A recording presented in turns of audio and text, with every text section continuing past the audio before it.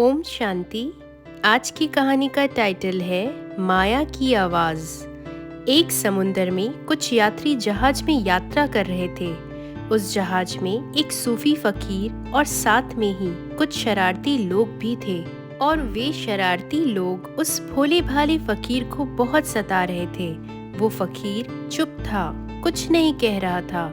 कभी तो वो लोग उस फकीर की चीजें ले लेते, तो कभी उसके साथ कुछ करते, तो कभी कुछ करते। दिन भर उन्होंने उस फकीर को बहुत सताया और ये सब उसके साथ करके उन शरारती लोगों को बड़ा आनंद आ रहा था। शाम हुई और वो फकीर प्रार्थना के लिए बैठा। तब तो उन लोगों को और भी ज्यादा शरारत सूझी, क्योंकि अब तो वो फकीर कुछ भी नहीं कर सकता था। इसलिए उन्होंने उस फकीर को और ज्यादा छेड़ना शुरू कर दिया। उनमें से एक दो लोगों ने तो उसके सिर पर चप्पल और जूते भी मारे। और ये क्या, अचानक से आकाशवाणी हुई, हे मेरे प्यारे, अगर तू कहे तो जहाज को उलट दूं। सबके सब भयभीत हो गए, डर गए।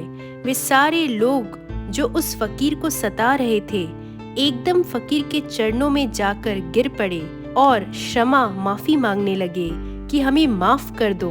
पर वो फकीर तो अपनी प्रार्थना में एकदम मस्त था। प्रार्थना उसने पूरी की और प्रार्थना पूरी करने के बाद वे लोग जो भयभीत थे सोच रहे थे कि पता नहीं अब क्या होगा। पर उस फकीर ने उन लोगों से कहा, घबराओ नहीं, और कहा, हे ईश्वर, हे प्रभु, ये तो कैसी भाषा बोल रहा है? ये तो शैतान की भाषा है। इस जहाज को उलटने से क्या होगा? अगर उलटना ही है तो इन लोगों की बुद्धि को उल्टो। और मुझे लगता है तू ऐसे कैसे बोल सकता है। तभी एक दूसरी आकाशवाणी हुई कि तुमने सच पहचाना, वो मैं नहीं था, वो तो शैतान यानी कि माया की आवाज थी। पर तुमने मुझे पहचाना, इसलिए तुमने उस पहली आवाज को भी पहचाना था जो कि मेरी नहीं थी। वो आवाज तो शैतान माया की थी। तो चलिए हम भी थोड़ा विचार करते हैं। क्या हमने भी उस भगवान को पहचाना है? क्या हमने भी उस माया को पहचाना है? क्योंकि जो भगवान को पहचान सकता है वही माया को भी पहचान सकता है। पर जिसने कभी भगवान को ही नहीं पहचाना वो माया को कैसे पहचानेगा? माया के तो अनेक रूप हैं। वो किसी भी आकर्षित व मोहनी रूप को धारण करके आपके सामने कभी भी किसी भी समय आकर आपकी परीक्षा ले सकती है। वो रूप कोई सा भी हो सकता है। अगर उसे न पहचाने तो वो आपके अंदर काम, क्रोध, लोभ, मोह, भय, ईर्ष्या, द्वेष व अहंकार के रूप में अपना घर बना लेती है। तो क्या हम भी उस फकीर की तरह माया को पहचान सकते हैं? क्या हमारे अंदर भी माया को पहचानने की शक्ति है? हाँ, बिल्कुल है, हमारे अंदर भी ये शक्ति है। पर हम समय रहते माया को पहचान नहीं पाते। जब समय बीत जाता है तब हमें एहसास होता है कि ये तो माया थी, मैं इसे आराम से हरा सकता था, फिर भी मैं हार गया।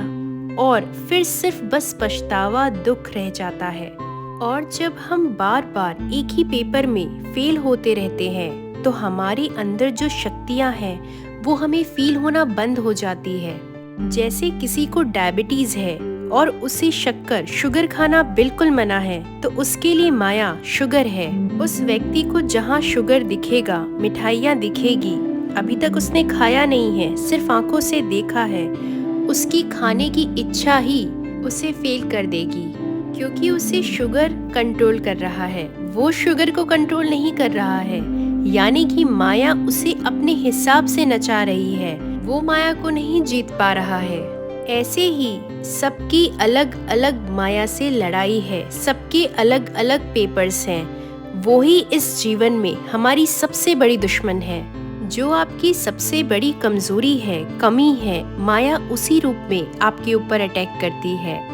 और जब तक आप उस कमजोरी पे पूरी जीत हासिल ना कर ले, तब तक सिर्फ उसी सब्जेक्ट का पेपर आपके जीवन में बार बार आता रहेगा। माया बहुत स्ट्रांग है, बहुत होशियार है। उसे आपकी पूरी इंफॉर्मेशन है, आपका पूरा रूटीन उसे पता है, आपकी लाइफस्टाइल, आपका इंटरेस्ट, आपकी वीकनेस, आपकी स्ट्रेंथ, उसे सब कुछ पता है। वो बहुत नॉलेजफुल है। पर क्या आपको माया की नॉलेज है कि वो कैसे आती है, कैसे अटैक करती है, क्यों करती है? तो इसके लिए अब हम क्या करें? कैसे हम माया जीत बने? कैसे हम बार बार फेल होने से अपने आप को बचाएं? माया जीत बनने के लिए सबसे पहले हमें परमात्मा को पहचानना पड़ेगा, परमात्मा की आवाज़ को पहचानना पड़ेगा। और परमात्मा की आवाज़ है सच्चा सच्चा गीता ज्ञान। जीवन में ज्ञान का प्रकाश चाहिए। ज्ञान वो प्रकाश है जो जीवन के सारे अंधकार को मिटाकर आपको प्रकाश की ओर ले जाएगा। अज्ञानता हमें गिराती है पर ज्ञान हमें उठाता है। अज्ञानता हमें बेहोश रखती है पर ज्ञान हमें हमेशा जागृत रखता है। दुनिया में आपको हर किसी से ज्ञान मिल सकता है, एक छोटे बच्चे से भी, पर निरंतर जागरण के लिए केवल और केवल परमात्मा का ज्ञान ही हमें अंधकार से प्रकाश की ओर ले जा सकता है। क्या आप तैयार हैं अंधकार से प्रकाश की ओर जाने के लिए, माया पे जीत पाने के लिए? तो चलिए हम आज उस सच्चे ज्ञान की तरफ चले जो हमने कभी सुना नहीं, जाना नहीं, देखा नहीं। ये ज्ञान है गीता ज्ञान। ये भगवान की आवाज़ है, ये गीत है भगवान के, इसीलिए इसे प्यार से मुरली कहते हैं। परमात्मा द्वारा इस दिए गए ज्ञान अमृत को हमें रोज़ सुनना चाहिए, रोज़ पढ़ना चाहिए, उसका रोज़ मनन व चिंतन करना चाहिए। तभी तो हमें पता चलेगा कि वो हमसे क्या कहना चाहता है। आज तक हम उसको अपनी सुनाते हुए आए हैं, पर अभी हमें उसकी भी सुनना है, तभी तो हम उसकी आवाज़ को पहचान पाएंगे। और जब हम उसकी आवाज़ को पहचान जाएंगे तो हम माया की भी आवाज़ को पहचान जाएंगे। हमें लगता है माया बहुत पावरफुल है, पर उससे भी ऊपर जो परम शक्ति है वो उससे भी पावरफुल है। और जब उसके महावाक्य हम अपने जीवन में धारण करेंगे, इम्प्लीमेंट करेंगे, तो सोचिए उसके कितने फायदे होंगे। माया जीत तो हम बन ही जाएंगे, पर उसके अलावा भी हमारा जीवन सुंदर, खुशहाल और खुशनुमा बन जाएगा। ये ज्ञान मुरली हमें बॉडी कॉन्शियस से सोल कॉन्शियस बनाना सिखाती है। ये ज्ञान मुरली हमें जीवन में स्वस्थिति से हर परिस्थिति को पार करना सिखाती है। ये ज्ञान मुरली हमें परमात्मा जो हमारे आत्मा के पिता है उनसे जुड़ना व उनकी सारी शक्तियों को यूज करना सिखाती है। ये ज्ञान मुरली हमें इस दुनिया का, स्वयं का, परमात्मा का सच्चा सच्चा परिचय कराती है। ये ज्ञान मुरली हमें सतयुग की स्थापना में सहयोग करना सिखाती है। ये ज्ञान मुरली हमें मुक्ति व जीवन मुक्ति का रास्ता दिखाती है। ये ज्ञान मुरली हमें भगवान का सबसे प्रिय बच्चा बनाती है। तो चले आज एक बहुत महत्वपूर्ण बदलाव करना है, और आज ही करना है, क्योंकि अब नहीं किया तो कभी नहीं कर पाएंगे। हमें परमात्मा का दिया हुआ उस गीता ज्ञान मुरली को जानना है, समझना है और जीवन में उसे कैसे अप्लाई करना है वो सीखना है। तो इस ज्ञान को सीखने के लिए क्या करना है? आपको अपना पहला कदम बढ़ाना है। अपने शहर में पता करें ब्रह्मा कुमारी का सेवा केंद्र कहाँ है, और वहाँ जाकर आप निःशुल्क परमात्मा के इस बहुमूल्य ज्ञान को जरूर प्राप्त करें।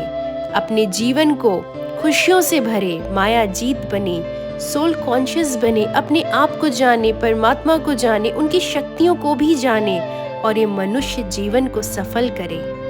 ओम शांति।